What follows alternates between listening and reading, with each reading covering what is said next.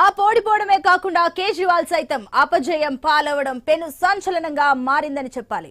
వాస్తవానికి ఎన్నికలపై కేజ్రీవాల్ ఎన్నో ఆశలు పెట్టుకున్నారు. ఎన్నికల్లో గెలిస్తే మద్యం కేసు నుంచి బయటపడతానని ఓపెన్ గానే చెప్పుకొచ్చారు. కానీ కర్ణుడు చావుకు కారణాలు అనేకం అన్నట్టుగా కేజ్రీవాల్ ఓటమికి అనేక కారణాలు కనిపిస్తున్నాయి. వాస్తవానికి మధ్య కాలంలో సీఎంలు మాజీ సీఎంలు జైలుకెళ్లి ఎన్నికల్లో పోటీ చేస్తే ఆ సెంటిమెంట్ వర్కౌట్ అవుతుందని భావిస్తూ వచ్చారు.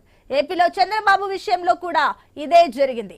జార్ఖండ్ లో హేమంత్ సోరెన్ గెలిచారు. కానీ మద్యం కేసులో జైలుకెళ్లిన కేజ్రీవాల్ విషయంలో ఈ సెంటిమెంట్ వర్కౌట్ కాలేదు.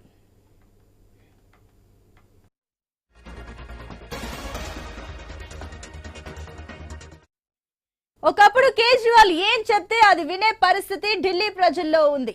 కానీ వరుస ఆరోపణలు, రాజకీయ విమర్శలు, సెల్ఫ్ గోల్ తో కేజ్రీవాల్ ప్రకటనలపై ఢిల్లీ ప్రజల్లో విశ్వాసం సన్నగిల్లిందనే ప్రచారం జరుగుతుంది.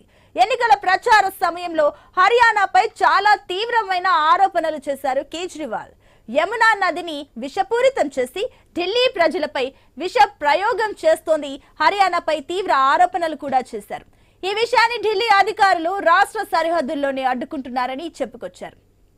కేజ్రీవాల్ నోటి నుంచి ఈ మాట రాగానే అటు హర్యానా సీఎం నాయబ్ సింగ్ సైని హర్యానా ఢిల్లీ సరిహద్దు ప్రాంతాలకు వచ్చి యమునా నది నీళ్లను తాగి కేజ్రీవాల్ ఆరోపణలకు కౌంటర్ ఇచ్చారు.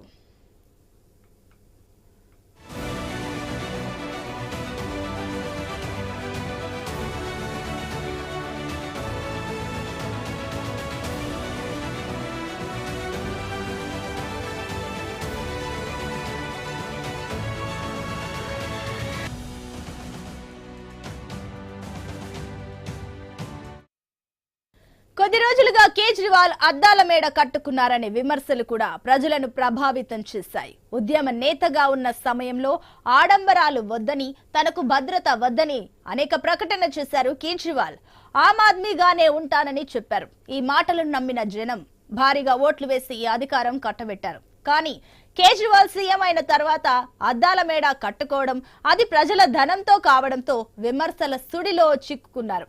అలాగే Z+ భద్రత ఉండగానే ఇది చాలదన్నట్టుగా పంజాబ్ కు చెందిన టాప్ సెక్యూరిటీ వింగ్ తో భద్రత కల్పించుకోవడంతో విమర్శలకు కార్నర్ అయ్యారు.